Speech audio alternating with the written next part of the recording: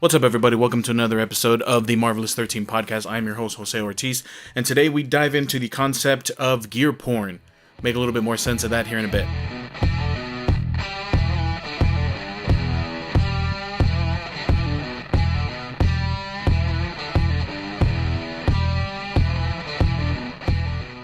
Alright, everybody, so today let's talk about gear. Just as the title suggests, when should you make that decision that, you know what, we just have way too much gear?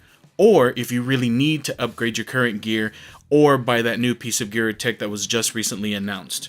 With CES wrapping up, that is the Consumer Electronics Show, and all the latest and greatest gadgets soon to be released because they just made their premiere, I felt that this topic was perfect to discuss right now, since everyone will want to move towards that latest and greatest piece of technology and may not even need it in their life. First, to understand where I'm coming from, we need to understand how we as humans are, both socially and culturally. We as humans always want to find that particular group that we feel the most associated with, not just meaning a few friends, but on a much larger scale. As we search to find our particular associations with people, we want to try to fit in, of course, with that group as best as we can. This can lead to what we wear, how we talk, the foods we eat, the places we go, things of that nature.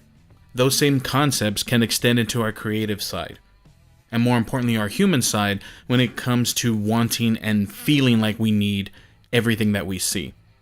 So for an example, when looking to take on the next project as creatives, we tend to think what gear we want instead of looking at what gear we actually may need to accomplish that particular project. As technology grows, so does our desire to feel obligated to be a part of that growth. Every time we see something on TV, every time we see something in the latest movie, we automatically pull out our phones, do a quick search on the internet, find out what that was. I need to know what that particular person was using. Or if we're out on a photography shoot, we see another photographer and we go up to him and say, hey, what kind of lens is that? Or hey, what kind of body is that? Or hey, what kind of tripod? You get the idea.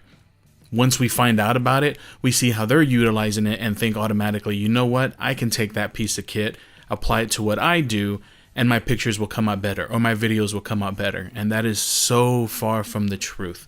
Gear does not make the end result. It is you as the creative individual with your creative thinking, creative, just overall flow that creates the overall end result. It is not that piece of gear.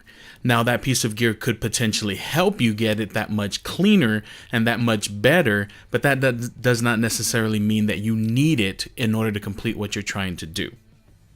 So, as a photographer myself, I always wanted to get in on the latest and greatest piece of tech without really taking the time to really ask myself truly, is this something that I need? Yeah, a new piece of gear is great and all, but will it extend my creativity? Will it fill a gap that otherwise was needed in order to take a certain photograph or create a certain scene for a photo? A very, very good example that I always come back to when people ask me, hey, what do you think about this latest piece of technology? Is landscape photography. So what I mean by that is, let's say previously you had always been using the very first tripod you purchased. Let's say it cost you, $20, $30, $40, $50, under $100, okay? And it's been treating you well. Every time you needed it, it was there. It did everything you needed to do, made you take some great photos, got you through some weddings, got you through everything you needed to do up until now. Then you decide, you know what? I really, really, really want to take this certain type of photo. But in order to get there, I need to travel and I need to make sure that I have the right gear with me because I don't plan on going back there. This is a trip that I'm going to make once. I'm putting all of my eggs in one basket, so to speak. I need to make sure I walk away with the very best picture possible. Now looking at that tripod, it may not necessarily give you the best results because let's say where you're going, it's known to be very windy. And your tripod doesn't have the ability to be weighted down. And we as photographers know that you should not hold your tripod down because we can still move and that can create some image blur, especially if you're doing long exposure shots. In this particular case, yes, buying a new tripod is exactly what you need in order to get that job done. A new, more sturdy tripod will potentially allow you to weigh it down, can be seen as a great purchase, and more importantly, a necessary upgrade. This is where we need to understand this. Is it something that's necessary or is it just something that you absolutely just want? There's a big, big difference there.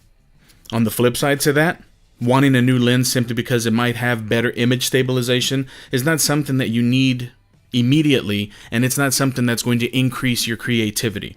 Sure, it's going to help with image blur, going back to longer exposure. Yeah, image stabilization might help with that, especially if you're going to do anything handheld, but once you put it on a tripod, image stabilization really isn't 100% required. Now, I say 100%, there will be arguments made that yes, image stabilization will work, and it can, but it is not 100% necessary. I hate to break it to you, but it's not. Especially if you're shooting landscapes. As a landscape photographer as well, very, very rarely did I shoot at f1.8 or f1.4. I always shot at f12, f16, sometimes even f22, depending on the scene that I was trying to capture. So image stabilization really, really, really is not that important in a lens. Some of my greatest images that I've taken when I used to shoot Sony was done on a non-image stabilization lens that at the lowest was an f4. So keep that in mind. Now again, that's just one example, but you get the idea.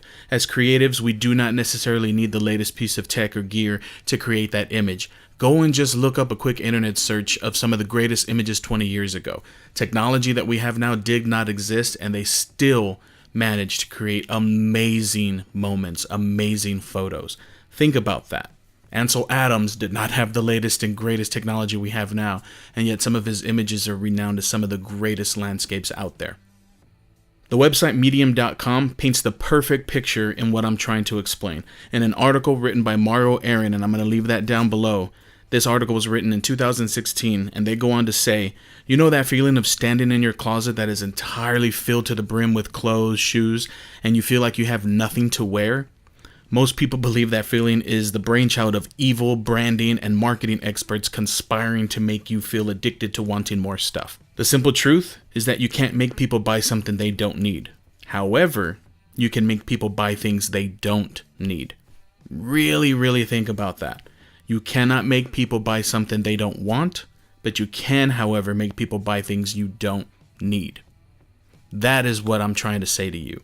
That is what I'm trying to bring home, is that you do not necessarily need everything that you think you do. This quote really resonated with me, and this is completely true, and it's so true that it's downright scary. As humans, we feel as though we control 100% of our lives, and that is so farther from the truth, we just don't want to accept it. The best camera in the world still needs an idea to express, still needs somebody back there pushing the buttons, putting it at a certain angle, exposing it right, making sure everything lines up. The camera does not do that. You as the creative individual do that. Having the best camera will always be just a very expensive doorstopper without your mind behind it creating that particular image, creating that video, creating that scene to photograph.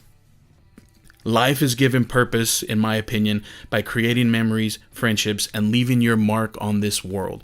What will someone remember you for? Technology is wonderful, and it is a great means to make those into a reality. It is a great way to make better memories, give us access to different things. However, when gear takes charge, it becomes a curse rather than a tool. So once again, guys, I just wanted to talk to you a little bit about with CES wrapping up, and when this podcast posts, CES will already be done.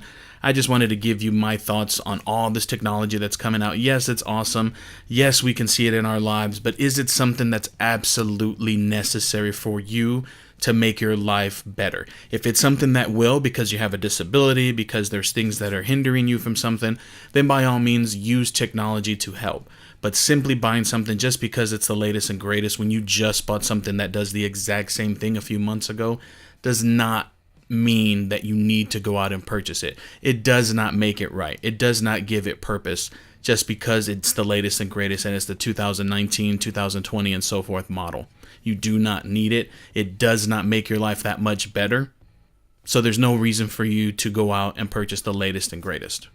But that about wraps it up, guys. I just wanted to talk to you about my feelings and my thoughts on gear, upgrading, what you need, things of that sort. Leave your comments down below how you feel. Are you always the one that goes out there and buys the latest and greatest because your job depends on it? Do you absolutely always need to buy that new body? I know there's people out there that come from the thought of, once something is announced, I sell my older gear, wait for the new one to come out, buy it, boom. I only invested a couple of $1,000 versus buying it from scratch for $8,000 or $9,000, and I'm talking about a camera. Are you coming from that particular thought process, or do you really agree with me in the sense that, hey, if the gear gets the job done, there is no reason for me to upgrade? Let me know your thoughts down below. If you are new to the channel, please consider hitting that subscribe button. I'll check you guys in the next podcast episode. Once again, this is the Marvelous 13 podcast. I am Jose Ortiz, your host, signing out. Peace.